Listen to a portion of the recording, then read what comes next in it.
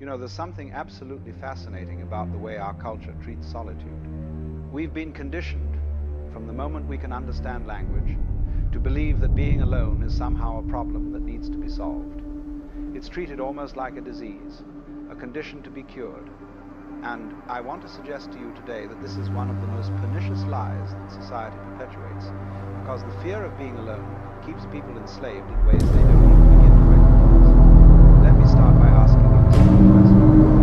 Why is it that when you see someone eating alone in a restaurant, there's this immediate assumption that something must be wrong?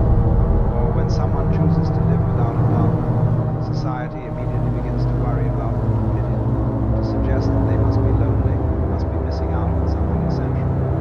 What is this extraordinary prejudice against solitude?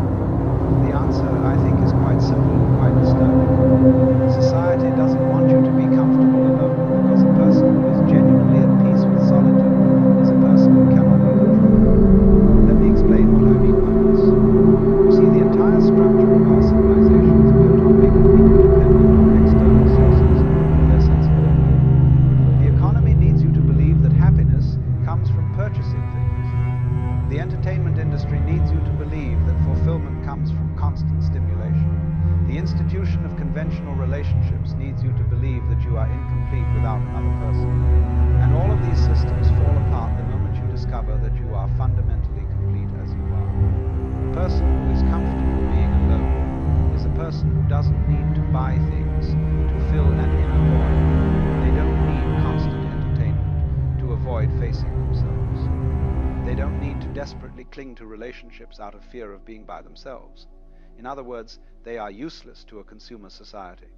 They cannot be manipulated through their loneliness, their boredom, their sense of inadequacy. And this is why, from the earliest age, we are taught to fear solitude. Children are constantly encouraged to play with others, to socialize, to be part of groups. And while there's nothing wrong with social interaction in itself, what's interesting is that we never give equal emphasis to teaching children how to be content in their own company. A child who prefers to play alone is often viewed with concern. Parents worry, is something wrong? Why isn't my child more social? As if the capacity for solitude were a defect rather than a skill. Now, I'm not suggesting that human beings should become hermits, or that social connection isn't valuable. That would be absurd. We are, after all, social creatures in many respects. But what I am suggesting is that there's a profound difference between choosing to be with others from a place of wholeness and clinging to others from a place of fear.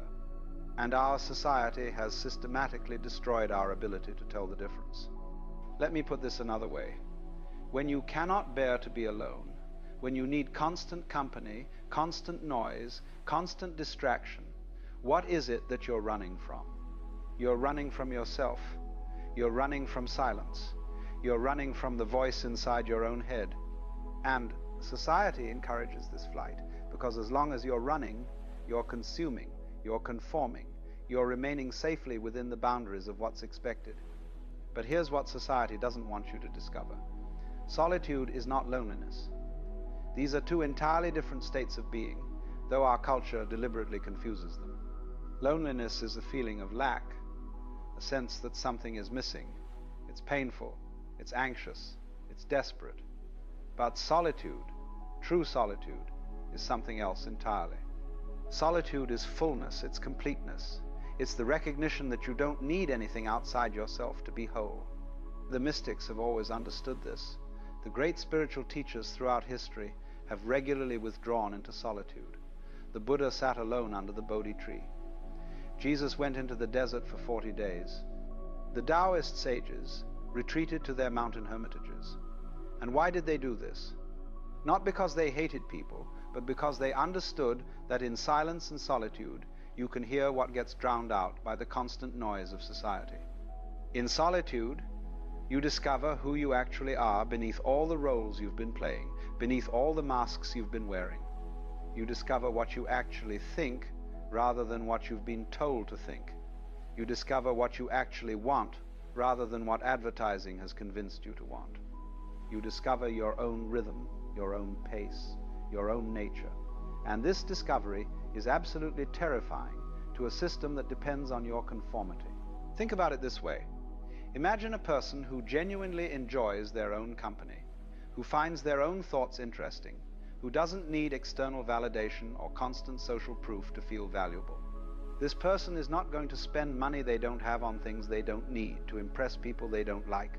This person is not going to stay in a toxic relationship simply because they can't face being alone.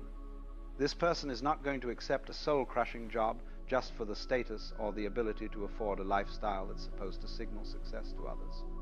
A person comfortable with solitude is dangerous to the established order because they have found the secret that society works very hard to keep hidden. You don't need most of what you think you need. You don't need the constant approval of others. You don't need to fill every moment with activity and noise. You don't need to define yourself through your relationships, your possessions, your achievements. You are already something, someone, complete in yourself. Now, let me address what I think is a common misunderstanding. When I talk about solitude, I'm not talking about isolation. Isolation is imposed from without. It's a cutting off, a rejection. Solitude, on the other hand, is chosen from within. It's a positive state, not a negative one. And here's the paradox. It's only when you're truly comfortable being alone that you can have genuine relationships with others. You see, when you need other people to complete you, to make you feel whole, to give you a sense of identity, your relationships become transactions. You're using people to fill a void, and they're using you to fill theirs. There's a kind of desperation to these connections, a clinging quality, and this is what passes for love in our society. This mutual dependence, this shared fear of being alone. But when you're genuinely complete in yourself, when you've learned to be at peace in your own company, then your relationships become something entirely different. They're no longer about need. They're about choice, about genuine appreciation,